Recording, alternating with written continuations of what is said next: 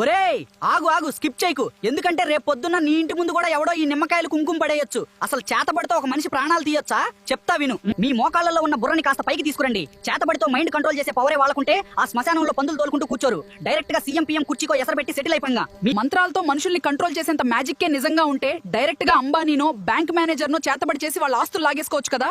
Logic వాడి ఏడవండి. రెండోది ఈ నిమ్మకాయల డ్రామా. చూడప్ప సిద్ధప్ప, కోత్తే రక్తం ఎగజిమ్మింది, నీకు పోయే కాలం దాపురించింది అని బిల్డప్ ఇస్తారు. కత్తికి సున్నం పసుపు కుంకుమ రాసి కోస్తే రంగు మారక కమలాపండ్ల రసం వత్తదా? అది రక్తం కాదు, మన 8వ తరగతి సైన్సు. కత్తికి పూసిన సున్నానికి నిమ్మరసం తగిలితే ఎర్రగా మారుద్దని మన స్కూల్లో సైన్స్ మాస్టర్ ముందే చెప్పారు. కానీ మనం వినకుండా లాస్ట్ బెంచీలో కూర్చుని ఆ స్వప్నతో సరసాలాడాం కదా.